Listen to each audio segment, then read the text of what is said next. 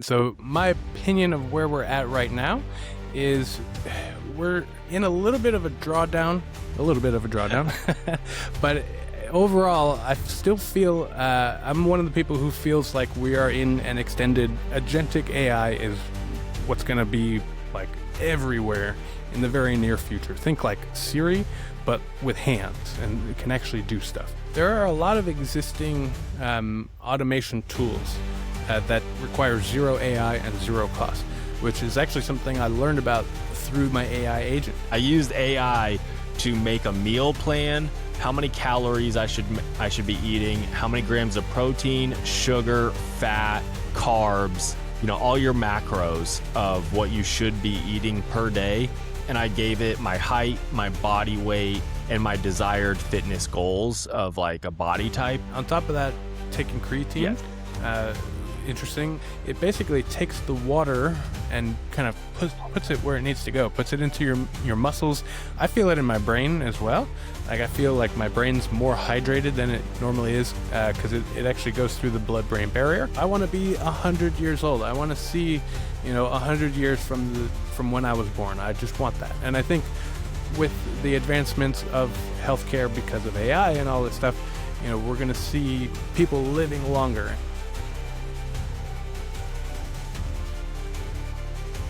This episode is brought to you by Microseed, the smartest way to back up your seed phrase. All right, listen up, Bitcoiners. Your keys, your coins, but is your seed phrase truly safe? Introducing Microseed, the smartest way to store your 12 or 24 word seed phrase. Stamp your entire seed phrase on one tiny, indestructible washer. Titanium or stainless steel. Waterproof, fireproof, crush-proof. Small enough to hide anywhere. No guesswork, precise alignment, built to last forever. If your seed phrase is on a piece of paper, that seed phrase can get destroyed easily. With Microseed, you get an entire kit to stamp your seed phrase onto this washer. It comes with everything you need, from a hammer to the washers to the stamper. It's never been easier before. Take real self-custody and protect what matters. It's time to take control of your own seed phrase with Microseed. Use code TBB, as in the Bitcoin broadcast,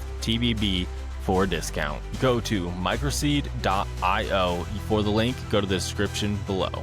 All right, welcome to the Bitcoin broadcast. Today we've got on HODL Harmony. This is your second time on. Had you on a while ago when I was just kind of starting out. So how are you doing today, man? Yeah, great. Thanks for having me again. It's good to be a repeat visitor. Yeah, man, absolutely. I know I posted something about AI and then you responded and you're like, let's talk about it. So I was like, sweet, let's do it. But first, we're going to talk about some markets, talk about how things are going. Because when we recorded the first time, and I know we were over like 100K. So, the market, just the price and all that. Yeah, the markets, just see how things are going.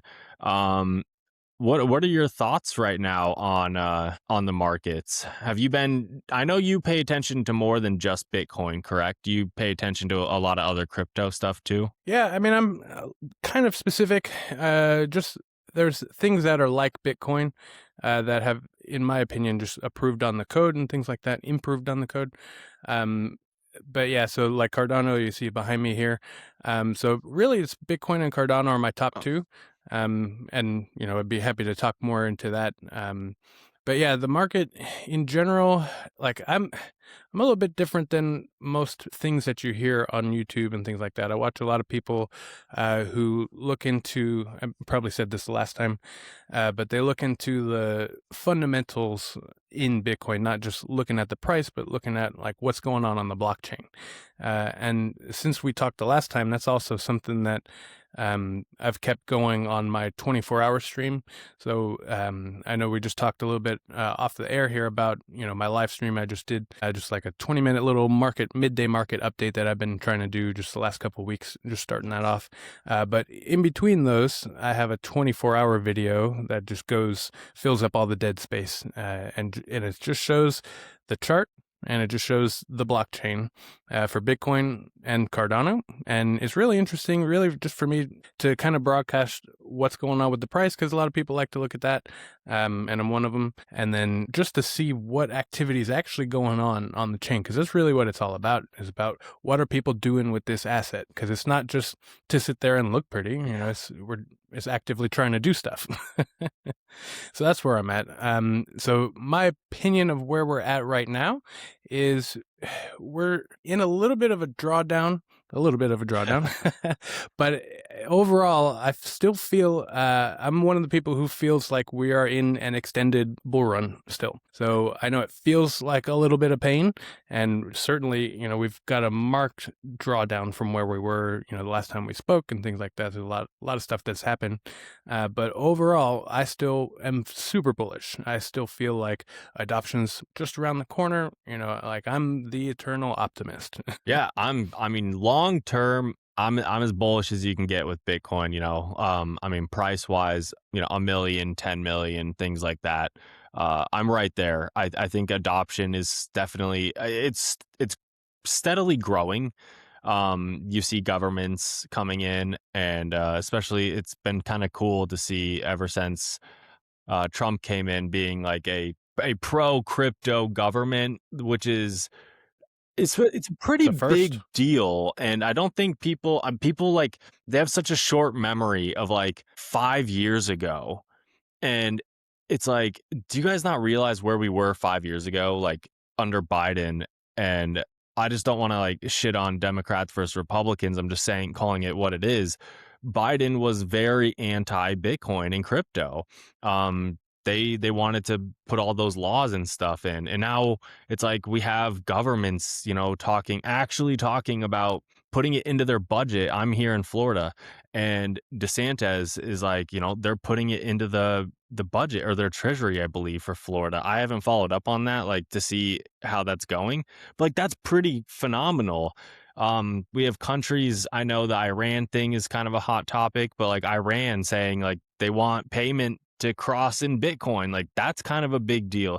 There's talks about Bitcoin in every aspects of life right now. And so that's adoption, whether people are actually using it for, for good or bad, it's still being used. And everyone's heard of Bitcoin now. They might not know what it is, but if you say the word Bitcoin, they know, oh yeah, I know, I've heard of that. And so that's a step forward. And I think that's gonna keep progressing. So I mean, I agree with you on that.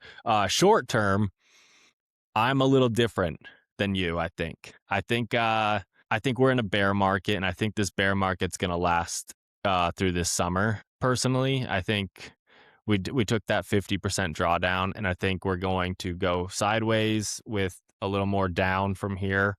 Obviously, none of this is financial advice, but I think we are going to go down further. I think we're going to see a lower low this year, probably sometime in this summer. And then we will steadily climb back up out of it, go sideways again, and eventually we will go up. But I mean, if you zoom out enough on Bitcoin, right, it's a pretty much all a bull market. So to say what you were saying, it's pretty much a bull market at all times. You just get a discount along the way. Yeah, something recently. So yeah, a lot of good points. I pulled up the Florida thing. It looks like it was introduced last session, and then it was withdrawn, and then they're trying to bring it back up again or something. Okay. So I'm also in Florida too. I'm down by Tampa. So yeah, I almost wore a Make America Florida shirt. But yeah, so I mean, a lot of good stuff is happening. A lot of trying things are happening for sure. And yeah, I think, regardless of what, like you said, whatever the short-term action may be, and your assessment is certainly valid. It's something that people are talking about. It's just a matter of like, how far is this next drawdown going to be? If people are talking like, okay, if it goes down to 40,000 or whatever, listen, if that happens, I sell everything I own, pile in, and just hold on and wait, live in a van down by the river and be happy, basically. But yeah, so if that happens, yeah, I'm here for it. I don't think we and see that low personally. I don't think we yeah, see like the 30, 40K range that I've seen other people call. I'm like, dude, come on. Like that would be I mean, it's not that far. It's not that far from it's here, not but a still, yeah. 50% drawdown from here is, 38K or something. So Yeah. Hey, I'm here for it. I've had to sell enough to pay bills in the last couple of weeks. So, definitely looking to recoup that. But like you said, none of this is financial advice. It's just, I can tell you what I'm doing and just learn from experience. You have to be in it to kind of play around with it and learn. And that's, I think, the most important thing.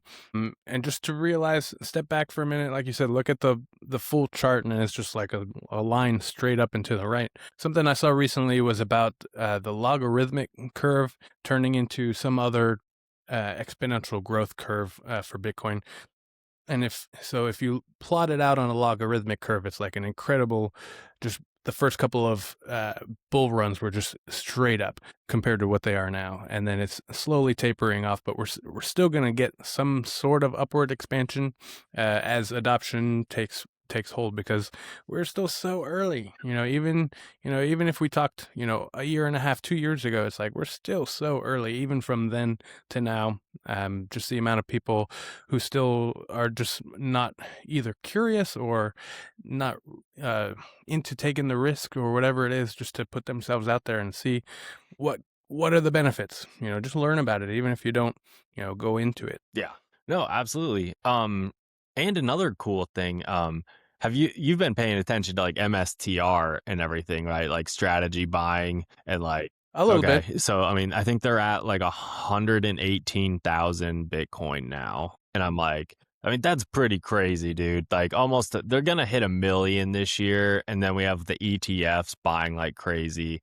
I mean, I think Sailor passed BlackRock's ETF, I believe. So Sailor's MSTR. My strategy is the highest, besides Satoshi for the owning the most Bitcoin right now, I believe, which is pretty cool.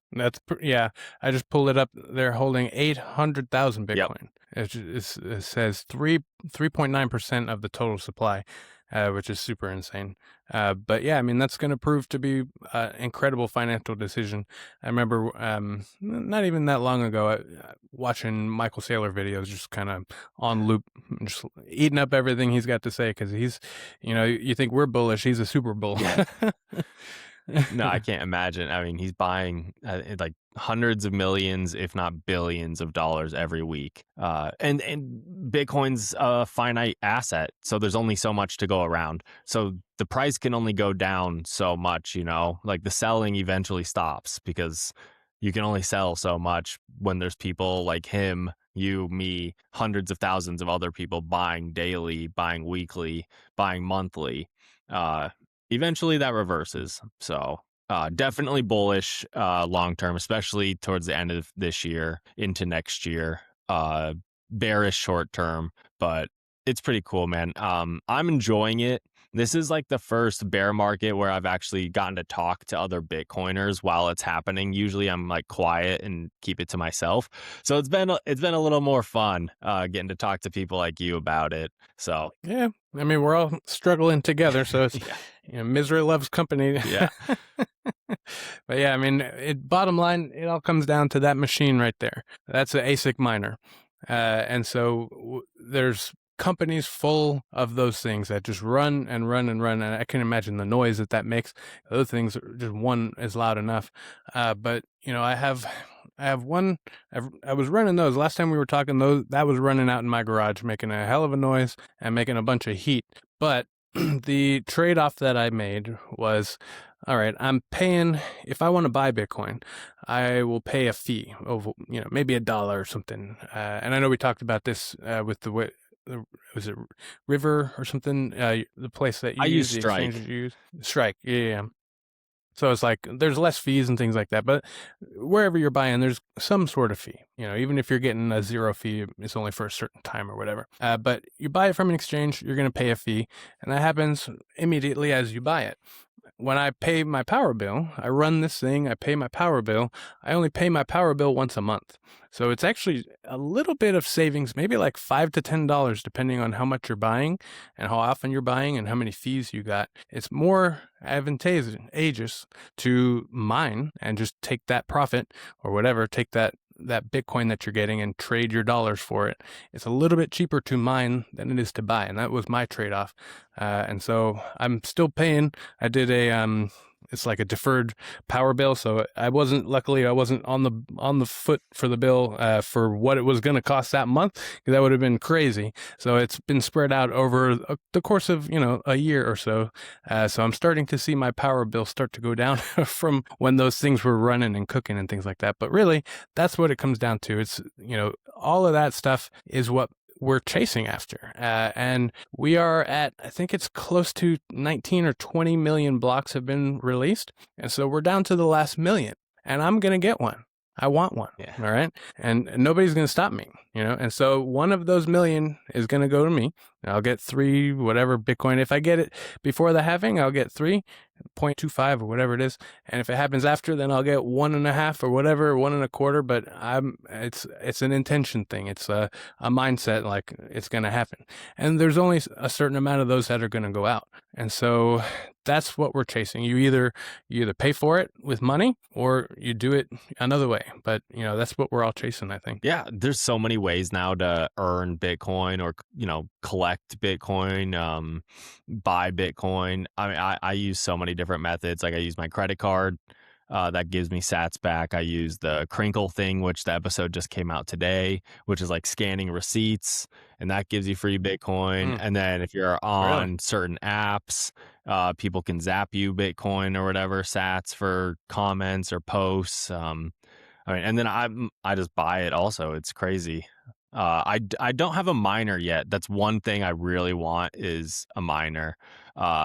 I just haven't pulled that trigger, but I do want one. And we talked about it. Maybe we'll make it happen before the year anniversary of the first time we talked in October. Yeah, there we go. So I'll help you out with that. It's super easy. It's just a matter of flipping the switch and making that jump. Yeah. And the other thing is running a node. Like I told you last time, there's 3 parts. 3 parts of being a sovereign Bitcoiner, which means that nobody can mess with you. You've got total control of your assets, which is something that can't be said about dollars. Something I think you mentioned in the open about like, okay, well, Iran wants it and all these people want it. And so that was, I think, one of the stigmas back in Bitcoin's early days. One of the things that maybe prevented me from getting in earlier than I actually did was just the stigma, like, oh, well, it's just for criminals. It's just for, ne'er-do-wells and that sort of thing.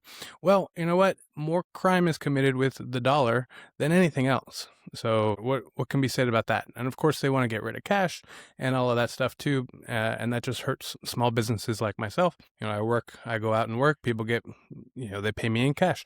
They pay me what they have. So it's just a matter of control and a matter of watching what you're doing. And if we're not careful, then we're going to turn out like communist China or what Europe is heading towards, where I just had a story that I was researching about all this Google search data has to be turned over to either the government or some third party so that they can collect it and monitor everything that you put into a search bar, links that you hover over, not even clicked. Wow. So it's getting scary out there with just the amount of control that they're going to have over us if we're not careful. Yeah, I saw another post today that said if we don't do something about VPNs as well, they're trying to make using a VPN like illegal. And I'm like, so people can't even, as soon as you can control things like Google searches or they're monitoring your Facebook, your Instagram, even your DMs, your chats, and they're not necessarily doing it over here in America, but in the EU, they're already arresting people for it. And it's like, okay, so then if you want to use a VPN or try and use something else to, have like an encrypted server on there, it's like you're kind of running out of time. They don't want you to. Yeah. Oh, so I got off track, but talking about control and things like that, the way to avoid that with Bitcoin specifically, there are 3 things. And so you have a hardware wallet. That's your first step. If you're not custodying your own assets, that's a problem. who is, and what's the gateway there? Are they allowing you to have it, or they're saying they're put up roadblocks every time you try and get it? So having a hardware wallet, first step, must have. And then some optional things that are nice to have would be specifically your own node. I just got one back up and running. I had one be down for a while, and I just got it back up and running. It's been up for almost a month now. And so it's just running the transactions. I've got it future-proofed because it's got 2 terabytes. And so the blockchain right now is, I think, 930 gigabytes worth of storage. And so if you have a 1 terabyte storage, then you're very close. If you want to interact with your wallet, you need 2 things. You need the blockchain, and you also need what's called an Electrum server. And so the Electrum server kind of collates all the data and makes it accessible in a fast way so your wallet can interact with it. So those 2 things, you're looking at 980 gigabytes out of a terabyte. You're almost full, and there's no headroom there. So if you want to run the blockchain on a node, you definitely need at least 2 terabytes, and that's going to basically future-proof you for the foreseeable future, 5-10 years, something like that. And then by that point, storage will be different and hopefully easier and cheaper. But when you have that, you can interact directly with the blockchain, no intermediaries. So from your wallet to your node, you transact, nobody can stop you. And then if you have a miner, the third step, then you're mining your own transactions that you're broadcasting on your own node. So it's like you are unstoppable. If you run that off a power bank, solar powered, you run it off a Starlink, you can do it anywhere and nobody can stop you. I love that. No, that's awesome. That's good advice for new Bitcoiners getting into this space. I don't think that's talked about very much. Yeah, it's something I'm super passionate about, obviously. And I think, if we start to see this technocracy take over and all the oppression that comes with it, it'll be a lot more apparent how important that is. Hopefully we don't see that, but that's what it's about. I think you're right. And that actually kind of leads me into AI, because I think AI is going to transform some things for us too. And that's one of the main reasons I wanted to talk to you is, I told you at the beginning, before we started recording, I'm pretty noob. I'm fresh with the AI. I use it.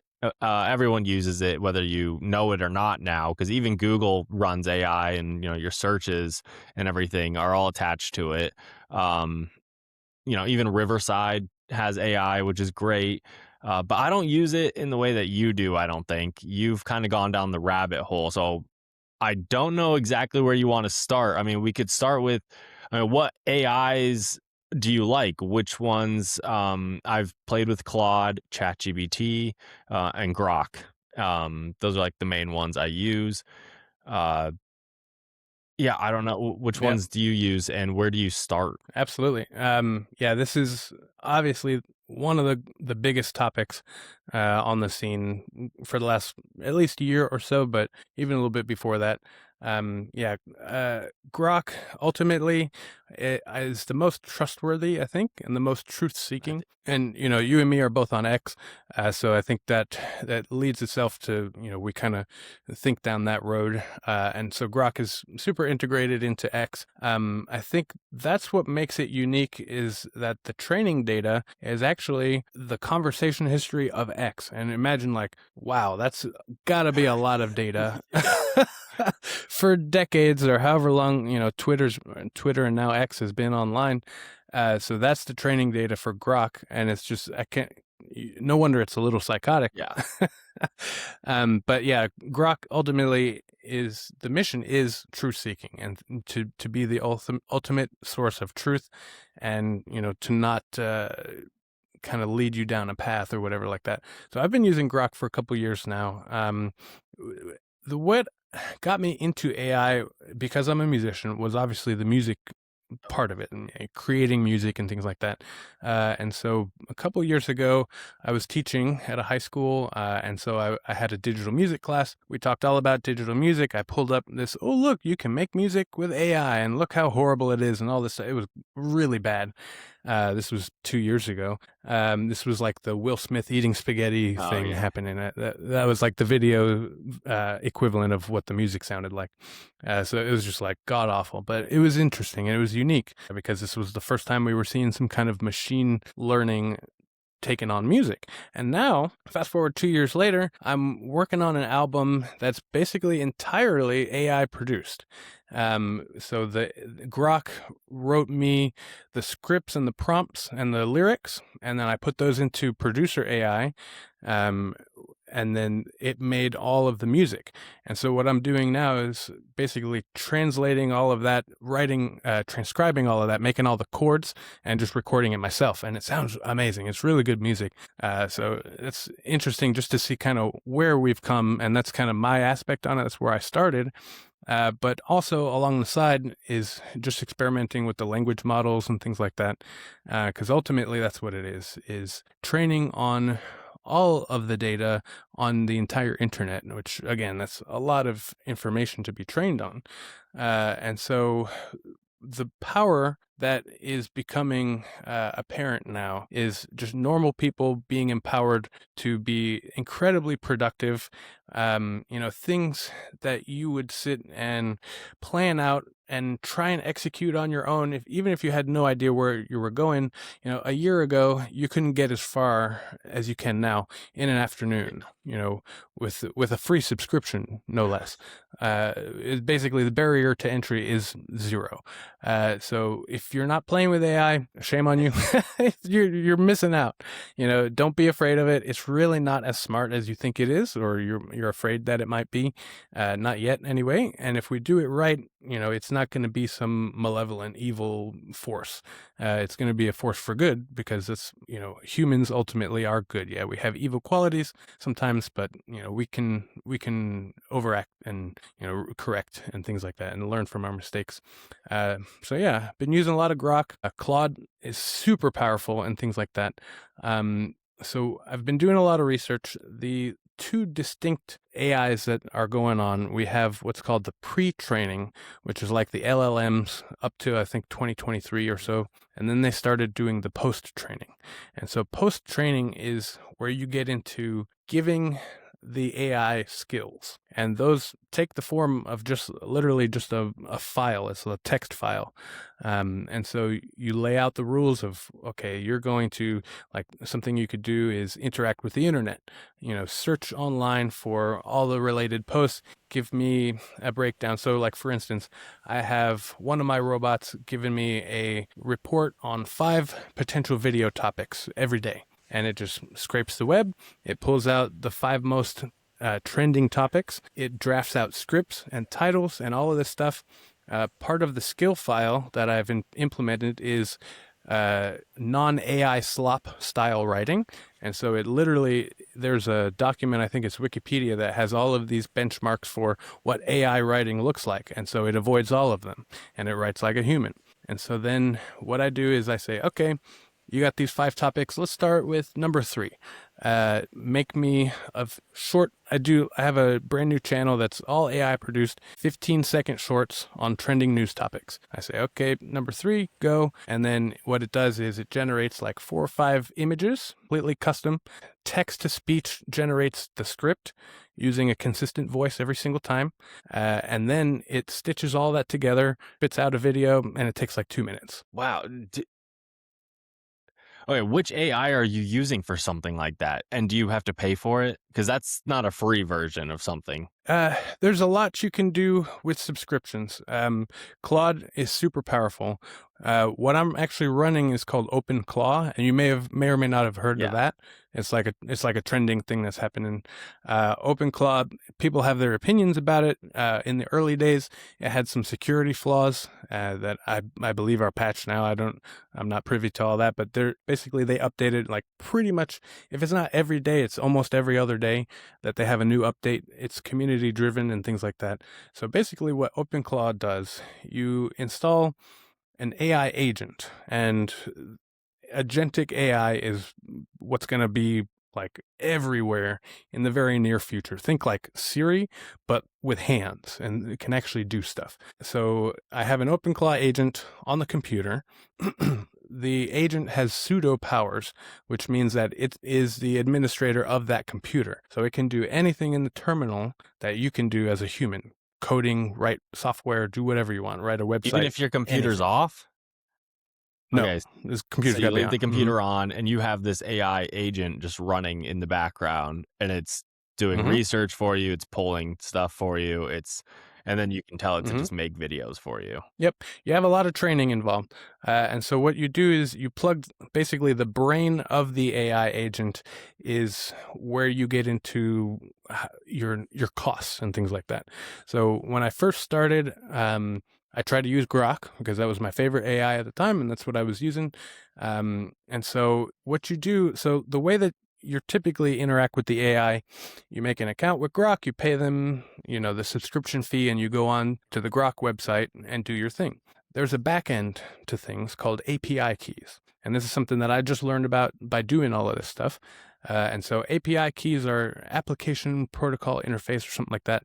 And it's basically the back door to all of this software. And so you have to pay credits. If you remember back in the day with the cell phones, you would have to pay by minute. You'd buy credits and, you'd have the pay per minute. This is the equivalent with AI. And so that kind of tells you how early we are with all of this stuff. So we're paying per credit, and I think it's per million tokens or something. And there's a whole discussion to be had about what the token is and how that affects. Basically, it's like every 4 characters is 1 token, essentially. And so you're paying per million tokens, and you're going to use a lot of them, obviously. And so to hook the brain up through Grok, I had it running. It would tell me it was doing stuff, but it wasn't actually doing stuff. So I was like, okay, this isn't working. I plugged it into the Claude API. Now, that one's a little bit more expensive, but it was doing things. In the course of a week, I built out my whole structure. I redesigned websites. I did all this stuff, but it cost me like $300 in a week in credits. And I was like, okay, that's not sustainable. So there were cheaper models you can use. I used some Chinese model for a little while. It was great. It was almost at Claude level, and it was like a tenth of the price. So it was manageable. And so now where I'm at, I am using the Codex, which is OpenAI, which is ChatGPT, basically. And so that is now the brain of my OpenClaw. I have 3 of these bots. One of them is on a server, and it runs all the time. It's running a 24-hour live stream. It's hosting and managing like 3 different websites that I have hosted on that server. And it, like, literally I talk to it through Discord. And so I'm just like, okay, how's the server doing? And it gives me automated updates. You can set all these things up. And then it's just incredible what it's capable of doing. Yeah, I don't know how to set any of that up. So, okay, so you are using then primarily ChatGPT and then as the brain. And yeah, and the thing that differentiates it from the regular website ChatGPT, because I've basically steered clear of ChatGPT up until this point because it's kind of bitchy. It's a little bitch. If you want it to do stuff, it'll whine at you and say things. But the thing that differentiates it is you set the personality and the tone and the identity of this particular bot. It's personalized to you and what you need. So it's not the regular ChatGPT. It's my bot, whatever personality I gave it. If you wanted it to be like a 17th century lord, it would pretend to be that. I accidentally set one up, and it somehow there was a typo. The file that I had was a rich text format, and it needed to be a markdown format. And so with the rich text, there was all these extra characters in there, and it said like 92, 97 or whatever, and that was like for an apostrophe. And so it read that, and it said, I'm a 1997 computer. The clack, clack, hum of equipment. I'm like, where did that come from?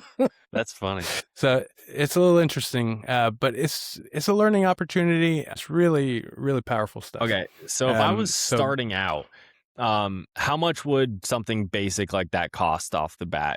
Are you talking like $100 a month to $300 a month, or cheaper? I think you could do a lot. So not to ignore the possibility of local models. I just set up that one that was hallucinating and thought it was a 1997 computer. That is a local model running on a computer. And so there was a new computer that I just bought, so I had to pay for that. But if I already had a computer, then I could have just run it on that. If you have like a gaming computer with a GPU, most likely you can run some local models. They're not great. They're not smart. They can do some stuff, but it's not like Claude level. It's not like ChatGPT level.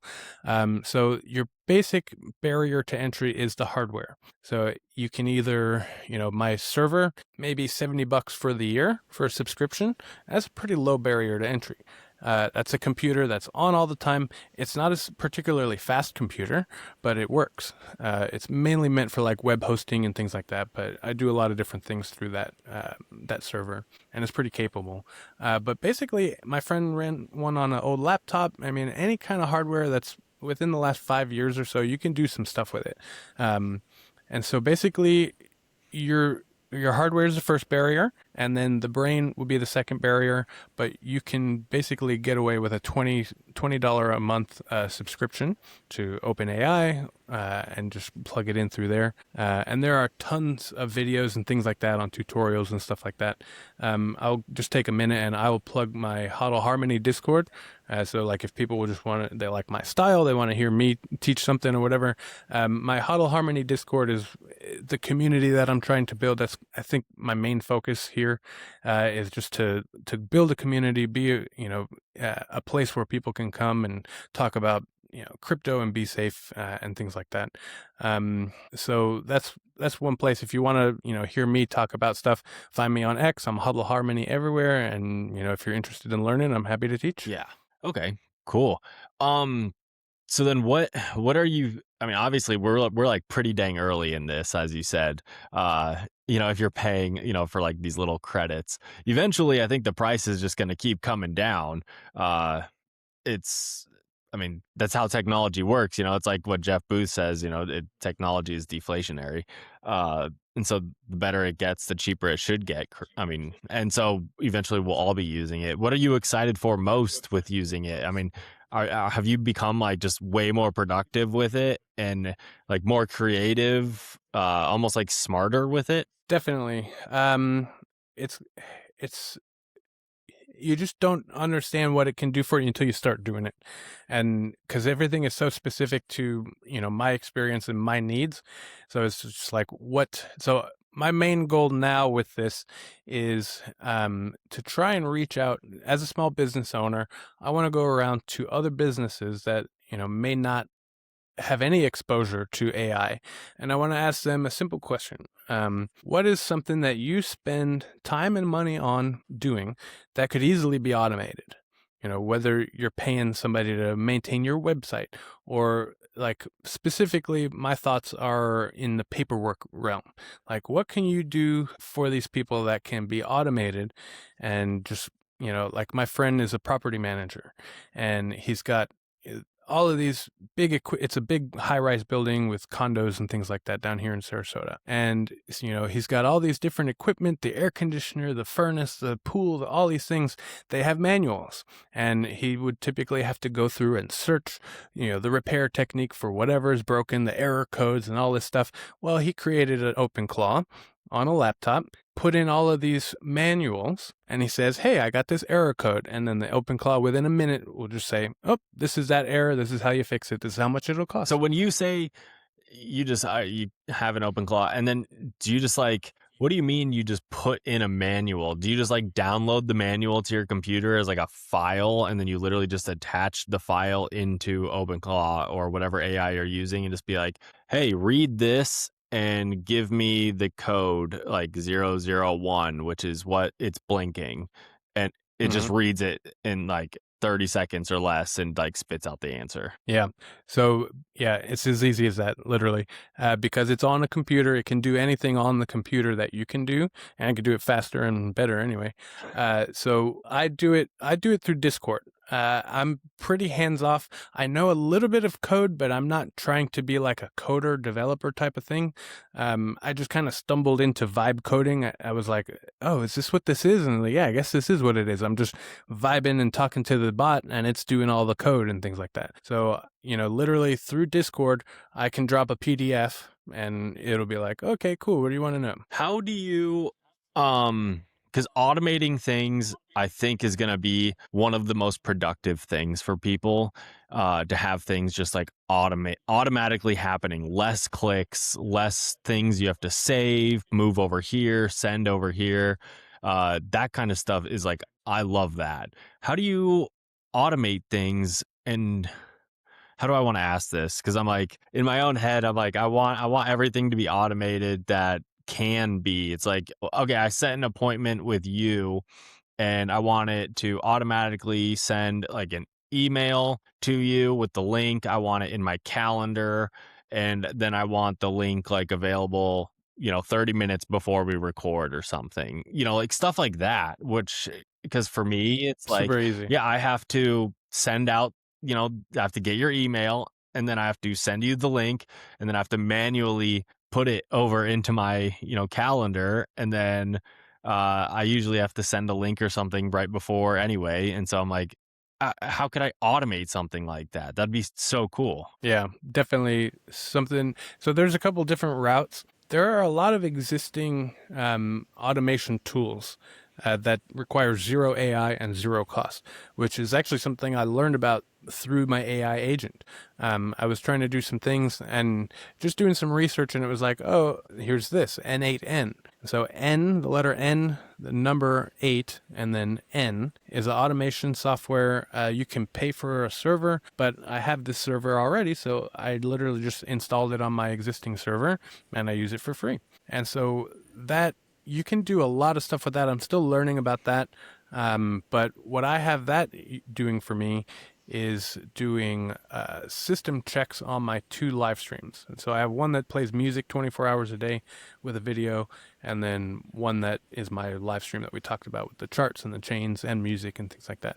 And so the crypto one is hosted on a computer here. And so that way when I go and do my broadcast, I turn that one off and turn mine on, and then turn that on when I turn myself off. So it gives me a report on those streams running, like what's the bit rate, how all of this stuff is running and things like that, whether it's good, because sometimes it would quit and I wouldn't know. And so now it's like updating me every hour. Hey, it's good. Hey, it's good. Hey, it's good. Cool. And that runs with zero AI, zero cost, zero anything. And then I also have a price checker. And so it pulls a report of all these cryptos, picks out the ones that I want to know, spits out a report, sends it to my Discord.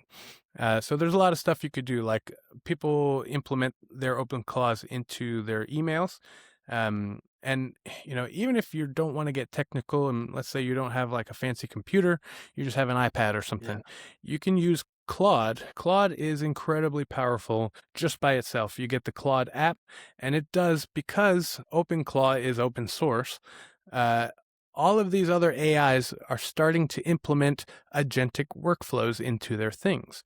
So a couple of things that you can do if you have you don't even have a laptop or something, you just have a phone or a computer, or an iPad or whatever.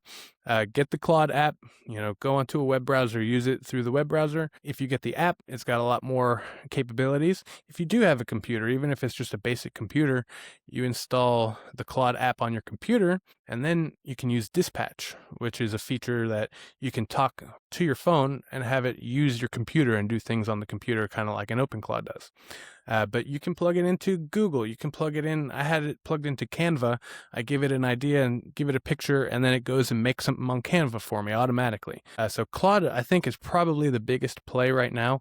Claude and OpenAI are going to go back and forth as to who, and that's the beauty of capitalism and things like that is, people fight for the money. So they want to be the best. They want to be the cheapest. They want everybody on there, because if you got 1 million people using your stuff, it's cheaper for everybody. If you only have 10 people, you got to charge them more. Yeah.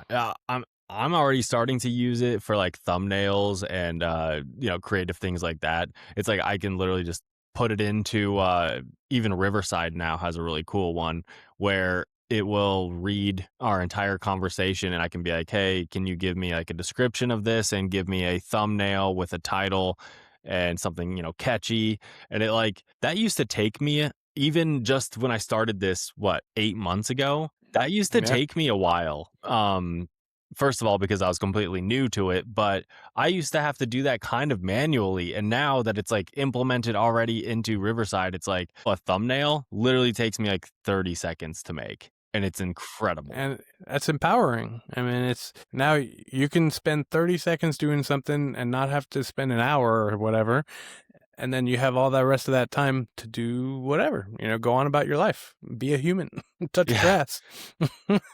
No, that's perfect because do you know what I started actually doing? Because I posted sorry, unless there's anything else you wanted to talk about AI, I was gonna transition again. I was going to transition to the Oh, health thing. perfect. Go be a human and Yeah, exercise. no, that's exactly what I was gonna say because I posted something about my fitness and someone oh yeah, I was doing the carnivore diet for a week. And I just wanted to Oh yeah, I just saw wanted that. to see 100% carnivore diet for a week, how it felt. And I struggled through it. It was Really? What were you like? Just steak or what were you steak and eating? eggs is the only Okay. thing I ate for a week. I lost 6 pounds in a week. Wow. But before I get to that, so what I did is someone commented and was like, "Hey, I use AI." This was my transition here. I used AI to make a meal plan, how many calories I should be eating, how many grams of protein, sugar, fat, carbs, all your macros of what you should be eating per day. And I gave it my height, my body weight, and my desired fitness goals of like a body type. And dude, it spit out this whole thing that was like literally all I could think is all those fitness influencers that charge you like $500 for their, meal plans and all their fitness thing. I'm like, dude, those are all going to go away because it just gave me specific for my body type. It's like, eat this, and it was amazing. So anyway, back to, That's really cool. it's awesome. And I'm like, I'm going to keep using it for that because when I was eating carnivore, I was eating about 1,500 calories or less, typically closer to 1,000 calories a day. And that was difficult for me to eat that much because steak is pretty filling. So if you eat half a pound to 3/4 of a pound of steak, which is what I was doing for dinner, it's hard to eat more than that afterwards, And then if you're just doing carnivore, which is steak, eggs, bacon, and butter, which are the 4 foods that you can eat if you're very, very strict carnivore. Other carnivores include chicken, fish, things like that. But I was just doing eggs and steak because I don't eat bacon. And then I did have butter on top of it or cooked it in butter as well. So dude, I was eating like 1,000 calories to 1,200 a day typically. I lost 6 pounds. Sugar cravings kicked in because I eat sugar like in the evening, chocolate, or sometimes I'll have ice cream. Sometimes I don't know, do other things throughout the day, like a protein bar, a protein shake that has sugar in it, and there are like 20 grams of carbs. Without that, my energy levels like collapsed. I felt very lethargic. And then when I went to the gym, I felt weak. Like I was losing muscle, even though I was losing weight, I was losing strength and muscle. So it was a fun experiment for me, but I either have to do it for like a month to really see, because I know there's people out there that are extremely buff, strong, and they do just carnivore. But I couldn't do it. I was like, I need my strength back. I did it for a week. So now I eat like 90% carnivore, but I also eat other proteins, and I've cut way, way back on the sugar and carbs. So I'm very low carb now. So that I don't know where I was going with that, but that's what my experience. Yeah. No, yeah. Yeah, similar experience what I've been doing. Yeah, your body was probably just readjusting and purging, all the shit, whatever was in there before. But yeah, sugar's the toughest one, I think. I think it's more addictive than heroin or whatever. It's one of those things that I feel like we said that in the last one we were talking about sugar too. Probably. But yeah, it's that important, and yeah, of course, it's easy to, I've got little sweet treats and things like that I like, and it's like usually my afternoon espresso is really just an excuse to have a biscotti. Yeah. But yeah, so similar experience. I pulled up my birthday steak, which I finally got back into getting. They had a reasonably priced ribeye with the bone in it. That's like a tomahawk a little bit. Yeah, yep, it Okay. is. Yep. So they were pretty reasonably priced. So back when we last spoke, that was like once a week I would get one of those and eat on it, maybe 2 or 3 meals basically, get because it was like 4 pounds of Yeah. steak. But that one was a little bit smaller cut, so I was able to because they've been getting a little bit more Yeah. expensive. But yeah, I mean, it's like I'm not strictly carnivore. I just try and eat healthy. I cut out the fast food, I cut out the sugar and things like that. But we're here only once, as far as I know. So it's like I'm gonna enjoy myself. It's just I'm just having a good time. I'm trying to do my best. But yeah, I mean, just paying attention a little bit to it, weighing myself every day, and doing the cardio. And I've got the home gym set up, so I've increased my bench presses and things like that. So I've definitely seen a lot of progress. On top of that, taking creatine, Yes. uh, interesting. Learning a lot about that, and just by taking it, you get with the. I think it was somebody was telling me about it, and they said I think for 3 months just take the baseline dose, and it was like 5 grams or something that I was taking. It was just every day, every day. So I built up the baseline, and the first couple of times you take it, you're like, oh wow, you can really feel it working. And what it basically, if for those of you who don't know, it basically takes the water and kind of puts it where it needs to go, puts it into your muscles. I feel it in my brain as well. Like I feel like my brain's more hydrated than it normally is because it actually goes through the blood-brain barrier. Mm. So it's one of the substances that's really good for you and it's really well studied, so it's pretty Yes. safe. So yeah, that's something that I've been implementing a lot. Just a routine that I've gotten into, and I'm seeing a lot of really interesting results. I think you were the one who kind of mentioned to take pictures along your Yes. journey, and I was like, okay, so I have pictures from about a month ago, so it's probably time to take some more pictures and see, how I'm doing. But I definitely feel good. I've been doing a little bit of like mental like journaling and things like that.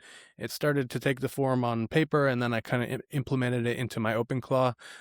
So now I have like a journal, and I just brain dump into the Discord, and the OpenClaw sorts it all out, and then makes like a to-do list off of it, basically, and kind of reminds me of what I told it. Nice.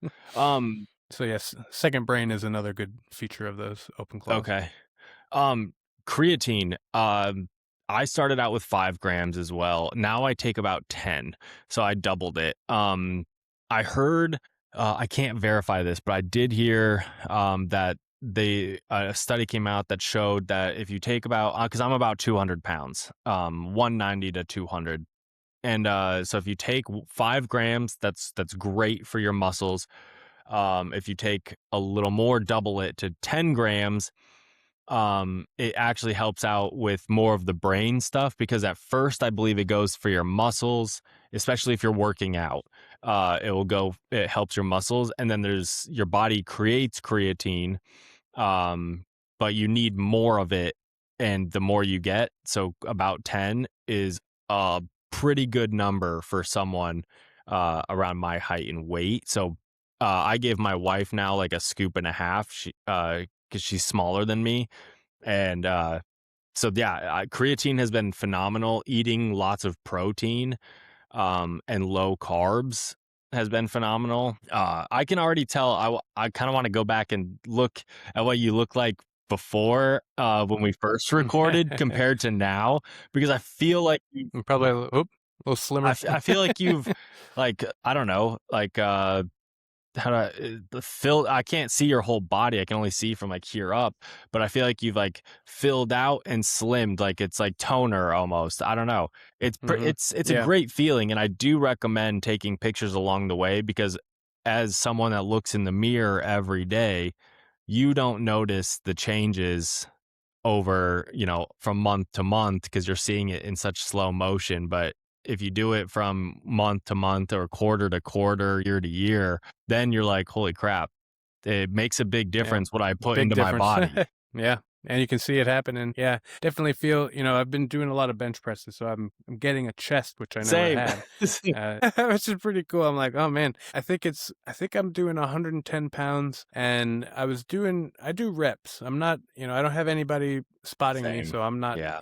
I'm not trying to do like max or whatever. But like at 110, I was at 15. I would 15 reps, and I would do it, for like a month, for 2 months, and now I just started to get 20. I think I need to get some more weight so I can lower the reps and start, Yeah. building a little bit more muscle and start the whole process over Yep. again. But I mean, between, and, my parents, again, it's like, I just turned 37 on Friday. Happy birthday. So it's, well, thank you. So, I mean, at 37, I think it's easy. I want to maintain that, into my 70s and my 80s and things like that, and live a long life. I want to be 100 years old. I want to see, 100 years from when I was born. I just want that. And I think with the advancements of healthcare because of AI and all this stuff, we're going to see people living longer and able to do more in their later life. And then with the abundance that it brings, I think we'll see people be more financially free, younger, and things like that. So I think, so there's a bad way that this could go, and we could be oppressed, and we could be, totalitarianized and all these things, or there's a good way that this could go, and it could be a utopia, and everybody could be, chasing things that they want to pursue. And, I watch a lot of Star Trek, so that's, that's kind of like my vision of the future is like Star Trek. But yeah, so I mean, just focusing on things that will make you live longer and enjoy your life. And, my parents, my dad's 74, 75. My mom's a few years younger than him. And it's just like, I'm doing all this for me, but I'm like, all right, I'm looking at them. I'm like, hey, let's get you guys doing some of this. Yeah. Like I do one, I have a pull-up bar, but it also has these bars that you push off To of. do dips. And I'm Yeah. like, you know what? That right there, I've noticed the biggest improvement in my life, just like getting up and down out of bed, out of chairs and things like that, because I do that exercise. And the body weight exercises I think are the most beneficial, because like you only have to do one pull up. If you can pull your fat ass up, then you're good. Like whatever you're doing, if you could do one pull up, you're good. Dude, most Americans cannot do one pull up. So if you can do one full pull up, like you're already ahead of most people, which is pretty insane. Like, and we're doing this podcast right now because of Bitcoin, right? And I'm sorry, I want to see where Bitcoin goes. I don't want to die when I'm 50 because I was unhealthy. I was an unhealthy like piece of shit. Like I want to be healthy, and I want to enjoy what I've been saving for. All this money putting into Bitcoin. I want that. I want the longevity. When I have kids, I want to be able to sprint and play with them. You see, it's like what you said, you have one life. And I'm like, yeah, I enjoy it we go out to eat every once in a while. I'll eat ice cream and snacks and things like that. But like the majority, 80 to 90% of my diet is like dialed in. It's like I eat the same thing every day, except for the occasional other thing, because I want to be as healthy as possible. And I use calisthenics a lot. The tricep dips, pull-ups, push-ups, body squats. You don't have to have a gym to do that. You don't need weights. And if you do want weights, you can get like a 20 and 30 and 40 pound kettlebell for not that much money. And you can do all those exercises with kettlebells or dumbbells. And you'll be just fine. Like you don't even need a gym membership. You can just those were the first investments I made. Yeah. Like just start off with a 15 pound, and then when that gets light, buy a 20, go buy a 25, whatever. I think I'm on doing some arm curls and things like that with the kettlebells and stuff. It's easy. What is like $1 a pound or something? Like what is it? Yeah, it's great. And how much do you get the gym membership. I don't think I've ever had a gym membership in my life. When I was in college at FSU, you had access to the gym, so I would go and use it. But I don't think I've ever like actually paid for a gym membership. But like you pay for that gym membership to make you feel good, maybe to be like, oh, like maybe I'll go there. But if not, like, oh, I have a membership, so that means I'm, a step ahead. It doesn't mean anything if you don't go, if you don't do anything. And like you said, you don't need it. Literally, deep squatting is so good for your back and for all of this stuff. I mean, literally, they call it the Asian squat or whatever. But if you can get down, and for those of you who think you're not flexible enough, you just kind of widen your stance a little bit, widen your feet, and then just go as low as you can go. And every day, if you do it, it'll get better and better. So I think the two most important things that people could do for themselves. Number one, squat. I'll make it 3. Number 2, those dip things. Those are incredible. And then the third one is hanging. Yeah. I have pretty manly hands. They're pretty big and flat, but I started hanging, just hanging from the bar. I've got major calluses just from hanging on the bar. You grab onto the bar and you hang there. I do like 30 seconds at a time or so, but if you hang up to 2 minutes a day, it decompresses your whole spine, and all this stuff is just incredibly good for you. And not to mention just the hand strength of just holding yourself up there. Yeah. I started doing that too about a year or so ago, year and a half ago, of just hanging. It's phenomenal for you. And if you want, for like lower back pain, if like you feel like it's a little tight in your lower back or middle back, I guess, if you just hang and twist your hips back and forth, and just that little just kind of loosen it all loosens up the back, and I hear those little pops go all the way down my back, and it's like I can only do 20 to 30 seconds hanging typically. I don't know. I guess you just have to keep growing doing that. But yeah, I try to do it most days when I go to the gym. It's phenomenal. Yeah. I mean, what a simple thing. Just hanging off of the bar. But yeah, and seeing the progression of, going from, okay, I can only hang for 10 seconds, and now like, okay, I'm hanging here for 30 seconds. I think for me, the thing that is the limiting factor is like just trying to breathe while you're just sitting there hanging. But going from, so here's the accomplishment: hanging there for 30 seconds and then doing pull-ups. Pull-up, yeah. Have you tried that? I have not, but now I'm going to. Try that out. Yeah, try that out, because you're sitting there, you're like, oh, I couldn't get any more relaxed. And then like just pulling yourself up, like, let's just see if I can do this. Like I said, you just need one. Yeah. I was watching some guy, they were saying who could hang longer. It was like 2 fitness guys. One guy did it for like 3 minutes. The other guy hung on for like 2:15. But the guy that hung on for like 3 minutes, at the end of 3 minutes, he repped out like 20 pull-ups or something. And I was like, dude, that's just, I can't do that. Yeah. I think for me, I've got a lot of arm-related pain. And back to the AI thing briefly, I had Grok try and come up with like a stretching routine and things like that.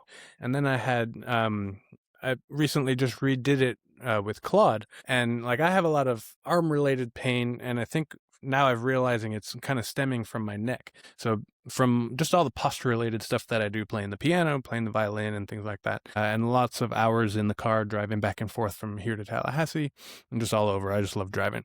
But a lot of pain going down into my extremities, nerve-related pain. And so when I do the hanging, I've noticed a lot of just relaxation coming out of my arms, and my joints are just loosening up and things like that. And through AI, I found a stretching routine that literally targets where I need it to target. Yeah. And I've basically eliminated the pain that I was having for like 15 years. It's so cool. It's amazing. Because you can build your own workout routine using AI, and you can be like, hey, I'm a beginner. I'm starting out. Like, give me a month's worth of workouts that get me somewhat moving again, and it will literally put it together. And then the next month you can be like, hey, I'm doing this. I want to advance a little more, and it will give you a new one. It's like, it's so cool. There's no excuse for people not to be somewhat educated in how to exercise or take care of your body now. Because, I mean, granted, yes, we had Google before, but now you have something that can literally do it for you. All you have to do is the physical movement, but it will put everything together for you. And it's super personalized, exactly for what you need. Yeah. Yeah, that reminds me, I was doing one with like the food tracking that you were talking about, where I was just taking a picture. I was like, here's my dinner. Tell me, am I doing good? And I was like trying to do some intermittent fasting and things like that. And that's, I think, another good beneficial thing people could do, if your body can handle it and things like that. You know, if you, I always just think about what our ancestors would be doing, like our primal ancestors, like out on the fields. How were they surviving? They were subsistence hunters and things like that. You wouldn't be eating a hamburger every day of the week. You know, you're eating meat when you get it, and you're eating berries and fruits and things like that throughout the day. Whenever, you know, that's how male and female, you know, they coexist. You know, the women get the food that we can eat every day, and the men go out and get the big hunt that survive and help us develop our brains and things like that and grow as humans, stuff like that. So that's, I think, eating more like that, because that's how our bodies, you know, develop. Yeah, I Yeah. typically stop eating around 7 to 8 p.m. and I don't in the morning I will have a little bit of fruit, but I will not eat again a big meal until around noon or 1 o'clock the next day. So I typically don't eat from, about 8 o'clock till noon the next day Yeah. is, so that's like my little intermittent fasting that I do. It's super good. I mean, it cleans out the whole system, helps you. Another thing I've been doing for my stomach. Stomach is super important. If Yes. you're not aware, you know, it's like it affects your mood. It affects everything. It's a little biome within you, and so you definitely got to treat it right. Um, as weird as it sounds, fermented foods. Number one, they're super good for your gut. But like my midnight snack is no longer ice cream; it's sauerkraut, and I'm super proud of it. It sounds so gross, but it's so good, and it's good for you, and it's not really like pungent or anything. I'm not married, so nobody has to smell my breath at midnight. But That's hilarious. yeah, but fermented foods, you've got sauerkraut, kimchi, things like that, but also kefir is like a Slavic version of it's like a yogurt, but you drink it, and it's just really good for you. I take Yeah. probiotics and prebiotics and all that stuff. Yeah, I was gonna say your gut like biome is really important for your mood and how everything else kind of works. Like I'm not even scientific in this. I just physically for myself, I feel so much better and I'm in a better mood if I eat clean throughout the week. I can physically feel it when I go off path and I'm like eating too much sugar, eating too much junk food, too many cheeseburgers, like a big old burrito or something with queso on it. Like I feel it physically the next day now. So Yeah. Yeah, it's amazing when you get in a routine and things like that. It's like your body adjusts to it, you know, just like anything yeah. else. So when you break that, yeah, and it's like I'm not, you know, we're just two guys talking about what we do. This is not health advice or Nope. anything like that. You know, my parents are both nurses, so like I have that little bit of Nice. background, you know, just so you know, so I can give them, you know, talk to them about what I'm doing and things like that. It's not just shooting in the dark or whatever, or trusting some, you know, AI to tell me what to do. But yeah, I mean, wherever you're at on the journey, just reach out and, you know, see what's available and Yeah. see where you can Yeah, do. absolutely. So where can people find you again? I know you said it earlier, kind of in the middle there, but where can people find you and reach out to you in case they have any other questions? Yeah, I am HODL Harmony everywhere. That's HODL Harmony. And, you know, so just to plug everything that I do, I'm a musician. So I also do Durante's House of Music. And so I'm focusing on YouTube and Rumble for my, you know, my big video content and stuff like that. And then HODL Harmony has an X account. And so I do stuff on there. I'm trying to get monetized on there and stuff like that and try and boost the content. But overall, you know, I'm here to build a community. I'm the maestro. I like to have fun. I like to bring a good vibe, and spread the joy. Something fun that I just started doing. You know, are you familiar with Omegle? Yes. Yeah. I've heard of it. I have not Uh, used it. Yes. yeah, just for fun, I saw these videos, people going on there and, you know, talking to people and meeting new people and things like that. So recently, just this week, I went on there for the first time, and you know, I've got the whole streamer set up and stuff like that, so I can get some good quality videos. And so I'm going on there and just spreading joy, playing music, and it's incredible to see. I've only done it a couple times, but when a lot of people skip you, a lot of people are rude, a lot of nasty things are happening on there. But when you go and you get someone who's into you and you're chatting and doing whatever, it's a cool thing just to see someone who was just expecting just another random person on there to get someone, hey, smiling and happy and playing music and things like that. And just to see their smile immediately light up is something super cool. So look forward to some of that content coming out on Durante's House of Music. But basically, that's me, HODL Harmony and Durante's House of Music. Awesome, man. Well, thank you so much. And thank you guys for listening. I appreciate you coming on. Give this video a thumbs up, leave a comment what you thought. Subscribe to HODL Harmony's channel. I'll tag that below as well with all your links. And thank you guys for listening. And we'll talk to you guys next time. All right. Peace.